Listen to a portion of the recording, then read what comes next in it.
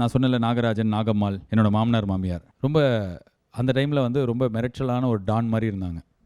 எனக்கு அப்படி தான் சொல்லப்பட்டது. அவங்களுக்கு வர ஒரு 3-4 மாமாலாம் இருந்தாங்க. ஸோ எல்லோரும் சேர்ந்து வீட்டில் வந்து ஒரு மாதிரி பிரச்சனை பண்ணி எங்கள் காதலை பிரிக்க பார்த்து அவங்கள ஐசோலேட் பண்ணிட்டாங்க. அவங்க இல்லாத ஊரில் எனக்கு என்ன வேலைன்னு சொல்லிட்டு தான் நான் கோயம்புத்தூரில் பிஜி படிக்க போனேன்.